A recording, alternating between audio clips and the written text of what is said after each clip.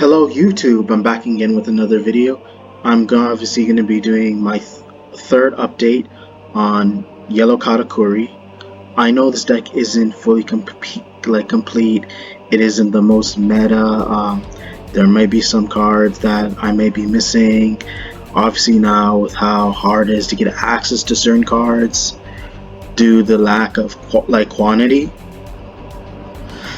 I'm trying to build it as best I can, whatever I can manage, whatever cards I can get a hold of. But I'm willing to be patient, you guys. But it doesn't mean this deck sucks. It can still be able to appease your interest. Whatever I need, I'm not in a rush to get the cards. But this is just an idea to have you figure out the gist of the strategy of what I have a hold of, and what I mean by that, I'm talking about cards that I actually own, that I use, that I want to be able to like detail. But overall, I really enjoy the deck, even if there are cards I may be missing. I don't think it's that mandatory or it's that urgent. The best way to actually get certain cards, get them for try to get them for a good price, reasonable price, before they sell out. Because yeah, trust me, it is hard to get a hold of certain cards, and with every new set, it means that older sets tend to get reprinted. But forget about all what I just said. I'm gonna proceed with what I'm about to show you guys. Obviously you're playing Yellow Katakuri. For those who aren't fully aware, and I hate to explain because it's like another update. Again, if he has a Dawn, you can look at the top card of your life, or your opponent's life, and then you can either place it at the top or bottom. I think the mistake I made was I accidentally assumed that it's the top or bottom that you check it, but it's only the top from either player's life, and then you place it on the top or bottom either player's life. And obviously not much to explain. Playing for fan play, not only because it's your 1 cost and has a 2k counter, but on plays that I usually prefer to do on my first or second turn. So basically how this works is that you look at the top or bottom of your life, you add the card, and you draw 1 additional card. For our 3 blockers, which happen to be a 3 cost, is obviously Boule. People are thinking maybe I should probably play more or less, but I think 3 is a good amount because 4 isn't entirely best. You want to make space for other cards. But how this works is that not only is she a blocker, but she's a trigger as well. Obviously you got to max on your searcher, which happened to be 4 Charlotte Pudding. On play, you look at the top 4. You can add either Sanji or Big Mom Pirate cards to your hand, other than Pudding. 4 2k Sanjis. Eventually I'm going to replace them when ST20 comes out, obviously, because right now I have 16 2k counters in my main deck. I feel like 12 is better, is a lot better, because I can add more additional cards that can actually overwhelm my opponent. But for those who might not be aware, and then it also makes sense with the new card I'm going to talk about afterwards that I put in my deck, you'll start to figure out why. But when he has at least 2 Dawn attached to him and he attacks, you can add 1 card from your life, whether it be the top or bottom, and if you do, place the top card from your deck to your life. So basically the top card in your deck goes on top of your life. And not a new card that I'm going to introduce you guys. I'm playing 4 Sparrow. Obviously I should have had this card to replace, but I replaced the Smoothie, since that card is lackluster and isn't really that essential, even though she gains more power. But this is really important because it has a trigger as well. But anytime it dies, you can look at the top 3 and you get to add 1 of your Big Mom power cards. So this Sanji here eventually is gonna leave my mid deck. So by adding more Big Mom cards, this will make Sparrow a lot more useful, even though he can add himself. Our other Sanji card happens to be 4 cost, which has 5 power, and we're playing 3 of it. Again, he's a blocker and allows you to trash 1 in order to play him. Another additional card that we're playing, which is new, obviously, as you could see, is the Frankie from OPS 7, which happens to be another 2K counter. I love this card. I feel like it definitely fits in with my playstyle because it's a literally consistency card. Because what happens if on trigger you draw one card if you choose to, but if this card is triggered while you have one or no life, you get to play this card for free essentially, as well as getting that additional +1. Another 2K counter, which was also another trigger, I don't need, not much to say, is Satori. I feel like I don't really need to explain that much card. I've been mentioning this card a lot, and again, nothing too special, just a very nifty, flexible card, which again has a trigger, as well as like being able to play the card on top of it being a 2K counter. We're maxing out obviously on Kikunojo, even though she's not a big, or she's not a big mom pirate card. The thing is though, it's like, even though it's your choice, it's your opponent's choice whether they want to get rid of her or not, but I love that every time they have 3 or less life and she dies, you're getting more additional life. So basically it's that how this works is that if she were to die while your opponent has 3 or less life, you get to add the top card to your life card.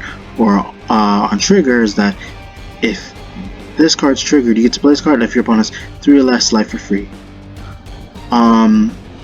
So for this next card, eventually I may be taking out after ST20, or if I manage to get extra cards that will replace it, because overall he's okay. He's kind of situational. It all depends, like if you have less life than your opponent. So basically what happens if you have less life, he gains rush, but the other important part is on play is that you get to look at the top or bottom of your life card.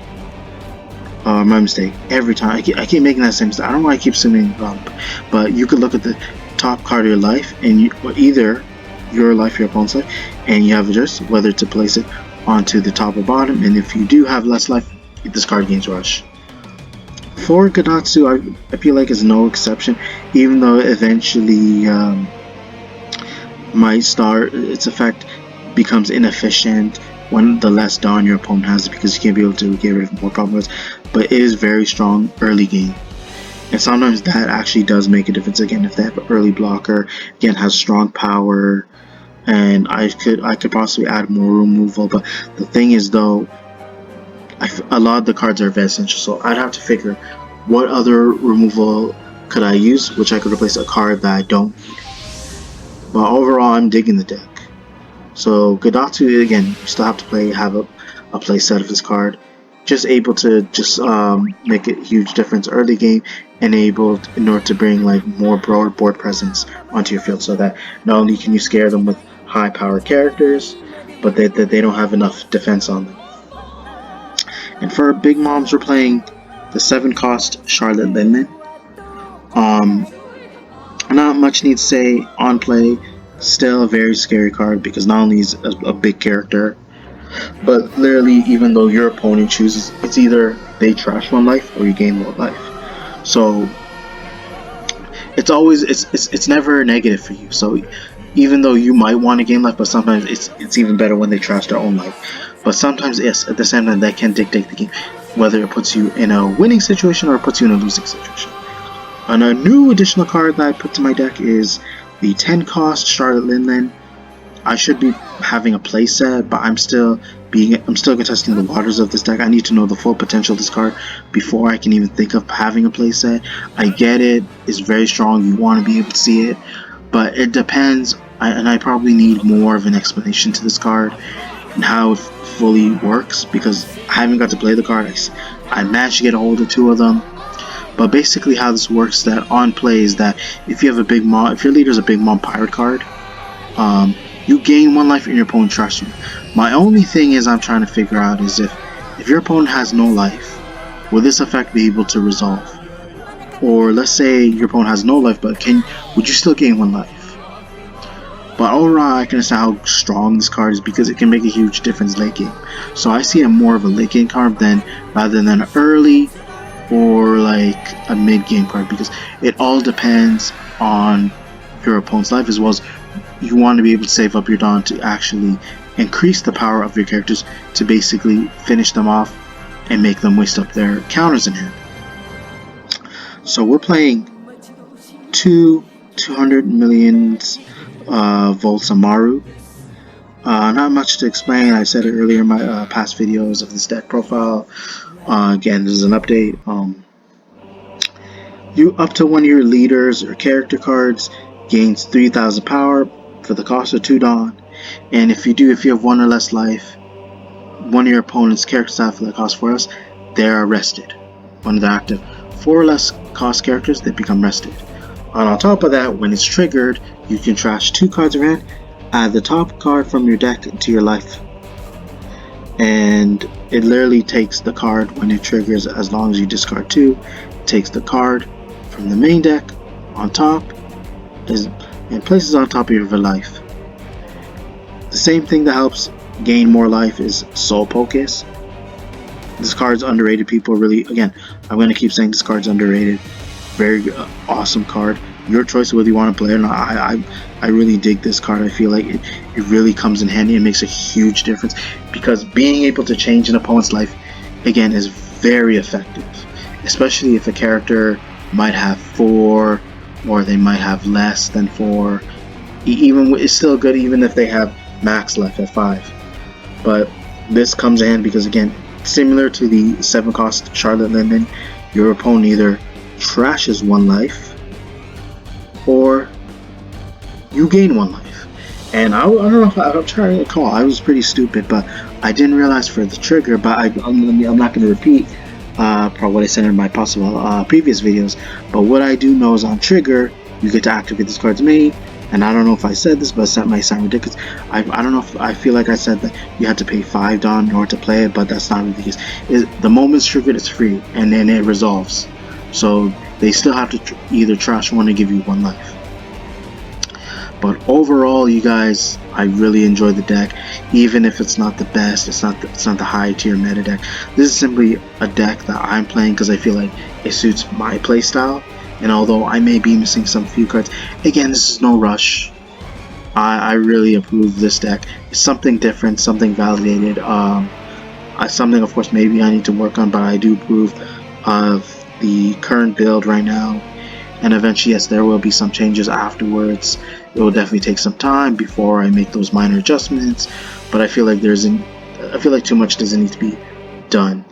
Because overall, it's almost there. It's almost there, you guys, before I can make it a lot more effective and a lot more oppressive. And it's one of those things where it's like, sometimes it's just best to wait, especially with the current situation, with what things are what's going down in the real world and economy and stuff. It's kind of dragging down, so it's like it makes it where it's actually hard to invest in certain cards or actually look for certain cards. Especially all that piling down on you, it's like you gotta be patient and not be in a rush to get this because you eventually, if you buy it right now, you might end up regretting. But sometimes if you wait after and you get the opportunity, and if it becomes affordable, then you have the chance. But overall, I feel like I said enough for you guys. Hopefully you guys enjoyed the video. Be sure to check for more upcoming content later in the future. Be sure to check your notifications, comment, like, subscribe. Thank you.